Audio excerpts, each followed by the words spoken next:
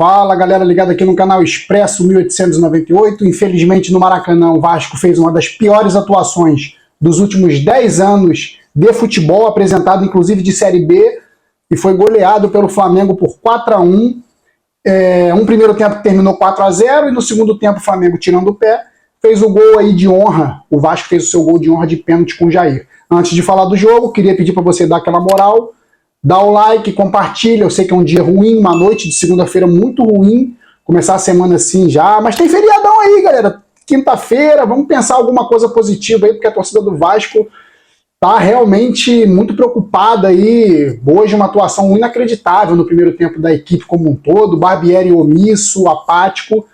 E antes de falar dessa partida, eu queria dizer aqui que o resultado de 4-1 hoje foi um resultado doído, óbvio, favorável ao nosso rival. Mas antes de falar do jogo de hoje, esse placar me remete ao que me fez realmente torcer para o Vasco, ser torcedor do Vasco. 4-1, inclusive do Vasco em 97, né, que foi aquele jogo inacreditável do Edmundo, 3 gols, recordista de Brasileirão. E de lá para cá, essas memórias estão ficando mais desbotadas. Por quê? Porque o Vasco é um time hoje, torcedor do Vasco é um torcedor de memórias. E que bom que tem a parte de torcedores que conseguem ter memórias boas, porque essa nova geração aí de menos de 30 anos, eu tenho 38, provavelmente aí durante um bom tempo não vai ter memórias para se recordar do Vasco, de grandes momentos, e eu tive.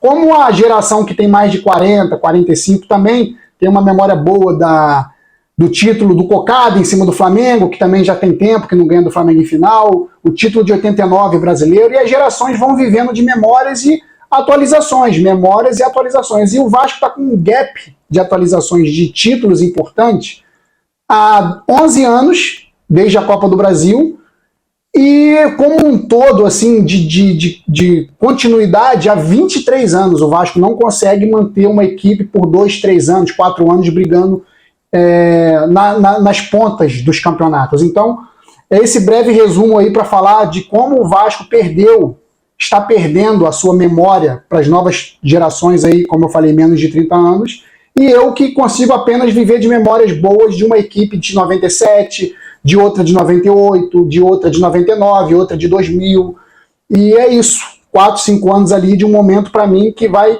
cada vez mais ficar na memória, e cada vez mais a última memória boa do Vasco. 2011, quem vivenciou 2011, como eu vivenciei, é um momento importante de título da Copa do Brasil, mas não é a mesma coisa de se manter 4 anos brigando por tudo, sendo campeão, levantando taça, brigando por Mundial de Clubes. Então, esse breve relato aí do momento do Vasco hoje, que realmente perdeu totalmente a sua credibilidade, um time bagunçado, uma SAF que é muito contestada, com motivos, porque montou um elenco totalmente incapaz de se tranquilizar, de botar a cabeça no lugar, um técnico incapaz de organizar um time, contratações de nível alto, de valores altos que não correspondem. O Orechano entrar hoje parecendo uma criança em campo, batendo no Gerson e caindo, não corresponde à realidade do que deveria ser um time de futebol do tamanho do Vasco. O Capasso parece que tem labirintite, não sei, nada contra quem tem labirintite, mas ele tem uma falta de noção de espaço inacreditável, dando bote errado, perdido, procurando a bola, girando, totalmente fora de contexto para um zagueiro. O Miranda, totalmente fora de contexto para o zagueiro. O Puma Rodrigues, 2 coisas atrapalham muito o Puma Rodrigues, a bola e o campo de futebol. Então, o Piton ali, também já numa fase ruim, cruzando bolas precipitadas. Poderia ter cabeceado uma bola para o gol no segundo tempo, ele quis cruzar, perdeu também a oportunidade. Então, só para falar da defesa, tá? Que era um dos pontos altos do Vasco, hoje foi uma tragédia, mas não só a defesa. O que é o Galarza marcando? O que é o Galarza tentando organizar um jogo? O que é o Pedro Raul como centroavante, dominando a bola e caindo? Cabeceando totalmente torto, livre. No segundo tempo agora deu pena, o jogador do Flamengo nem marcou, ficou nas costas dele assim, até se encolheu. Ele subiu sozinho e cabeceou para o chão. O que ele quis fazer? Nem chegou perto do goleiro. Então, um atacante que não serve para o Vasco, definitivamente não serve para o Vasco, não consegue trabalhar muito bem com o peso da camisa do Vasco. Então, todo esse contexto que eu estou falando aqui, sem entrar no jogo ainda dos jogadores do Vasco, desse elenco do Vasco, mostram que foi feito um planejamento que parecia planejamento de NFL ou de NBA. NBA se ganha campeonatos com defesas fortes. NFL também, defesas fortes e jogadores rápidos para fazerem os touchdowns. Então, o Vasco parecia que a empresa americana estava trabalhando como se estivesse trabalhando com equipes de NBA e NFL. Porque, sinceramente, a linha defensiva do Vasco, que era o ponto forte, hoje ficou completamente escancarada. Por quê? Porque o Vasco tentou trocar com o Flamengo no primeiro tempo. Se a gente for falar ali dos 11 primeiros minutos, beleza. O Vasco até conseguiu equiparar alguma coisa, mas tu via que não era aquele jogo consistente. Era um jogo de imposição ali pelas laterais, pelos lados do campo, com o Puma e o Piton mais avançados, que o esquema do Vasco hoje foi 3-6-1. O Piton e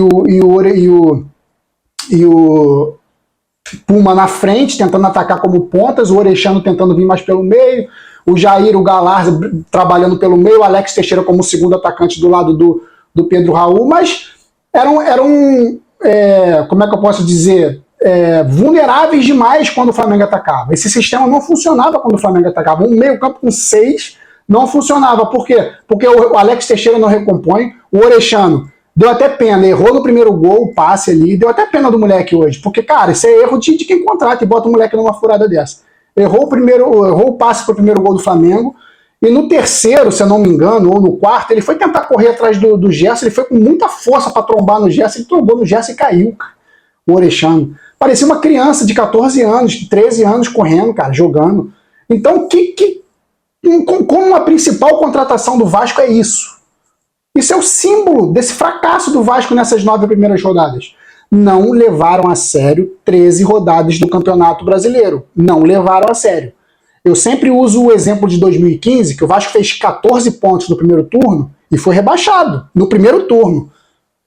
Espero, sinceramente, que com as contratações da janela o Vasco não seja rebaixado já no primeiro turno, porque esse time aí, que a gente pensava que o Orexano poderia ser solução, não é. Ele não tem condições físicas, gente.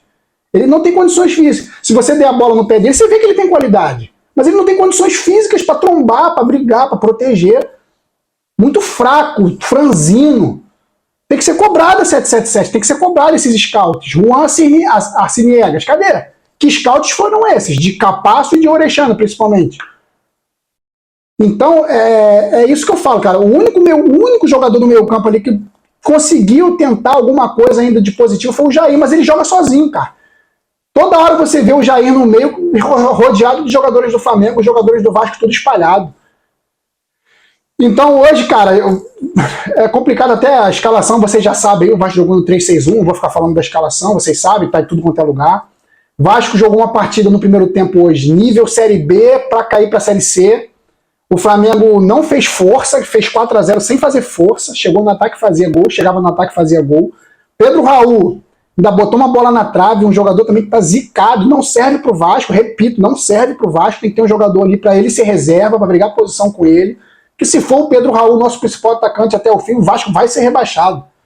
Você pode ter certeza disso, se não tiver um atacante para brigar com ele, para ser titular, o Vasco vai ser rebaixado porque não tem um jogador gol. E a característica do Vasco sempre foi o quê? Homem-gol. Por quê? Porque teve Roberto, teve Romário, teve Edmundo, entre outros jogadores, Sorato, entre o Valdir, Bigode, enfim, se eu ficar aqui eu vou enumerar diversos. Então, não pode, o Vasco que vive de gols, tem que viver de gols, qualquer time vive de gols, sempre teve seu centroavante aí como marca registrada, não tem um centroavante hoje, o Pedro Raul não tem condições. A culpa é só do Pedro Raul? Claro que não. O elenco do meio para frente não o municia da forma que deveria. Então o placar de 4-1 pro Flamengo hoje foi justíssimo, poderia ter sido mais, por quê? Porque o Flamengo no segundo tempo tirou o pé. Nitidamente você via que o Flamengo tinha tirado o pé. Falou assim, pô, vamos segurar aqui, porque os caras, né, pá. E o Vasco foi daquele jeito, Barbieri com medo, trocando volante por volante, pensou em não tomar uma goleada histórica. Pra quê, Barbieri? Por quê? Pra não ficar esse registro no seu currículo de ter tomado uma goleada histórica do Flamengo? Pra quando você sair, porque você vai sair do Vasco, tem que sair hoje, já deveria ter saído contra o Fortaleza, você vai ter que ser demitido hoje, e a torcida tem que cobrar a demissão dele, porque ele ficou com medo de tomar uma goleada histórica por ele, para ele não manchar o currículo dele, para os próximos trabalhos que ele for fazer, que seja longe de São Januário, pelo amor de Deus, a gente não aguenta mais.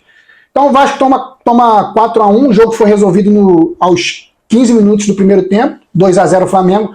torcedor do Vasco, eu falo por mim, é óbvio, perdeu qualquer expectativa de tentar reação, porque o Vasco é um time psicologicamente totalmente destruído, sempre foi assim.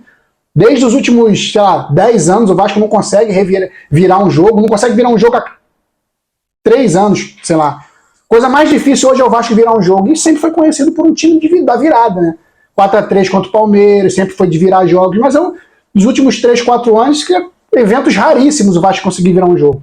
E a gente via que elenco por elenco, o Vasco não ia conseguir nunca virar contra o Flamengo 2-0. Então, o jogo que foi resolvido aos 16 minutos, com o segundo gol do Flamengo, 3-0, 4-0, aconteceram de forma natural, o Vasco totalmente perdido em campo, Galarza perdido, Orechano batendo e caindo, o Puma, como eu falei, duas principais dificuldades do Puma, a bola e a grama, tem muita dificuldade com isso ele, enfim, não sei se ele deveria seguir outra profissão, mas tá muito mal o Puma Rodrigues, muito mal, assustadoramente mal, e ele é displicente, o pior dele é que ele parece que não sente, ele é displicente, ele faz assim, aquele ar de sobriedade, eu consigo a hora que eu quiser fazer isso. Isso irrita, cara, esse cara tem que sentir que tá mal, ele parece que não sente.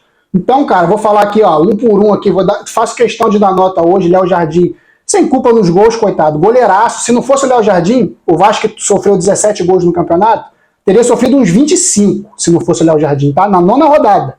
Na nona rodada, o Vasco teria sofrido 25 gols se não fosse o Léo Jardim, pelo menos. O Vasco até hoje sofreu 17, 4 do Flamengo hoje. Então, o Léo Jardim, nota 7, o Miranda, nota 1, não tem condições o Miranda, não tem condições, voltou pior do que estava jogando antes. Capasso, como eu falei, nada contra quem tem labirintite, mas acho que ele tem dificuldade de espaço, de se localizar em campo, de posicionar, totalmente perdido, nota 1 também pro Capasso. O Léo, com 2 zagueiros desses do lado dele, não tem como ele ter algum destaque, né? Então o Léo também hoje caiu na armadilha ali do sistema totalmente zoado do Barbieri, nota 4 pro Léo. Puma Rodrigues, depois de ter falado das duas principais deficiências dele, nota 1 pro Puma Rodrigues. O Jair, talvez aí o melhorzinho, não porque fez o gol, mas talvez o melhorzinho que tenha tentado brigar ainda, fazer jogadas de efeito, correr, driblar, não é função dele, gente, não é função dele, ele é jogador de ligação, ele não faz isso, ele não carrega a bola, sofreu pênalti como ponta esquerda, ponta direita, ele não é ponta, então foi o que mais tentou, por isso eu vou dar uma nota 6,5 para ele, porque foi o que mais tentou. O Galarza é inacreditável como esse cara é titular do Vasco hoje, absoluto. Ele não era titular do Vasco na Série B. Hoje ele é titular absoluto do Vasco no Vasco e Flamengo. Isso é inacreditável que a 777 está fazendo a torcida passar. Inacreditável. Nota 1 pro Galarza. Matheus Carvalho entrou, depois eu vou falar dele. Orechano hoje, como eu falei, erro de planejamento explícito no Orechano. Por quê? Representa o maior investimento da 777 e ele é o titular hoje. Nesse caso, não é querer defender o Barbieri, longe disso. Mas a gente entendia porque que o Barbieri não escalava ele em jogos pegados. E jogos de Brasileirão, gente, todos são pegados, todos. E o Orechano não tem condições físicas. Ele bate nos jogadores e cai. Se assoprar ele, ele cai. Foi patético o Orechano hoje, patético, nota 1 pro Orechano. O Barros, que entrou como titular, na verdade substituiu no segundo tempo o Orechano, saiu também no segundo tempo, já vou dar a nota dele. O Alex Teixeira, que entrou como titular, nota 2, muito mal também, perdido, não ajudou o Vasco ofensivamente, não recompôs como deveria. Mais uma vez, talvez tenha sido por isso que ele foi substituído nas últimas partidas, não entrou como titular. Ele não recompõe como o Figueiredo. Então, cara, cobertor curto, sabe cobertor curto? O Alex Teixeira é bom tecnicamente, mas aí você perde a recomposição. O Figueiredo é muito ruim tecnicamente, mas ele ajuda na recomposição. Então não tem essa mescla, o Vasco fica ali no cobertor curto, tira um, põe outro, e ninguém faz o trabalho que deve fazer de forma completa. É inacreditável as deficiências desse elenco.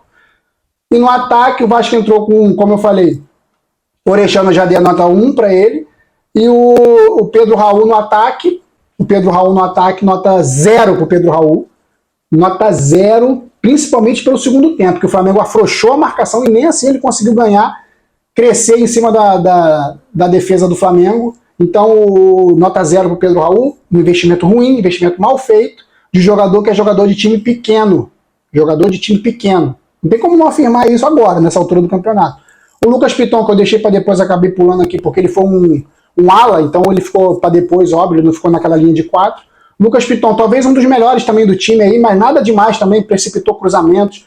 Ele ainda tentou no segundo tempo ali fazer umas tabelas ali, umas jogadas, mas também hoje não estava bem. Mas as jogadas não saíram nas costas dele ali da defesa. Com os 3 zagueiros ele teria que ajudar também. Não saiu nenhum gol pelo lado dele. Então, a não ser o gol ali de cruzamento ali do jogador do Flamengo, que pegou o Gerson entrando sozinho. Então, por esses errinhos aí que não foram tão graves como o do Puma, vou dar uma nota 4 para o Lucas Piton. Os que entraram, para mim, não ajudaram muita coisa, porque foram jogadores de volante, de meio campo, só para proteger, o Vasco não tomar uma goleada histórica. O Barro se machucou, vai ficar sem nota. O Zé Gabriel pouco fez também, mas eu vou dar uma nota 5. Zé Gabriel voltando pro Vasco, cara, isso é inacreditável. Isso é estampar na cara, voltando a jogar no Vasco, estampar na cara que esses caras brincaram de planejar o Vasco para 2020, brincaram para 2023. E essa consequência pode ser muito grave. Gabriel Peck entrou, correria também, vai ficar sem nota, não conseguiu produzir muito, tentou umas jogadas de fominha pra cacete, como sempre, vou deixar sem nota, tô sem paciência para dar nota pro Gabriel Peck. É sempre o mesmo comentário que eu faço do Gabriel Peck. Correria, disputa, briga, cai, reclama, bate a mão no chão, perde a bola, fominha, corre. Sempre a mesma merda do Gabriel Peck. O Maurício Barbieri hoje vai ganhar uma nota 0. E ó, tchau. Não fez um bom trabalho. O trabalho dele que começou até aceitável, razoável, só caiu. Um jogo pior que o outro para chegar nesse Flamengo e Vasco aí de um primeiro tempo de 4-0 pro Flamengo. Sem a menor condição psicológica e emocional para conduzir o Vasco no restante do campeonato. Na 10ª rodada já não pode ser o Barbieri. Então o Barbieri tem que meter o pé do Vasco. E o Vasco agora correndo atrás, vai ter que correr atrás de um treinador. Eu vou acompanhando aqui para ver se ele já foi demitido. Eu acho que ainda não foi. Deixa eu ver aqui as notícias. Maurício Barbieri, que fez um desempenho patético no Vasco no campeonato. Fez o Vasco piorar de uma partida para outra. Ele ficou se fiando no jogo com o Palmeiras, jogo com o Atlético, jogo com o Fluminense. Agora não tem defesa, não tem a menor condição de defender ele em nada. Barbieri não tem condições de continuar como técnico do Vasco, e é isso que a torcida tem que cobrar. E o Vasco agora, na próxima rodada, tem só o Internacional no Beira-Rio. Próximo domingo, 4 da tarde, jogo da Globo, provavelmente. Vasco, Internacional e Vasco no Beira-Rio. Seja lá o que Deus quiser, não sei também. Estou terminando os vídeos todos assim, não sei o que pode acontecer. Barbieri até agora ainda não foi comunicado a sua demissão. Então, vamos aguardar até o fim desse vídeo. Não foi demitido, independente de qualquer coisa, o Barbieri sendo demitido, eu venho aqui para conversar com vocês a respeito dessa demissão. O que o Vasco pode planejar aí de técnico, de comissão técnica, de quem pode chegar para melhorar, porque a coisa está muito feia, a gente sabe o que resulta esse tipo de coisa, esse tipo de situação para o Vasco. É isso, galera. Infelizmente, uma segunda-feira muito ruim, começar a semana assim. O Vasco sendo goleado pelo maior rival, continua em penúltimo no Brasileiro, sem perspectiva de melhora, porque nossos compradores, nossos donos brincaram, 777 brincou de planejar. Não é NFL, não é NBA, não se monta uma equipe boa com um sistema defensivo que já está mostrando suas falhas, porque Capasso não tem condições também, e foi um investimento que a 777 fez comprando. Muita coisa errada, futuro não é nada promissor, pelo contrário, para a torcida vascaína. Vamos junto até o fim. Independente de cair ou não, estarei aqui para conversar com vocês. É isso. Saudações vascaínas sempre. Fui!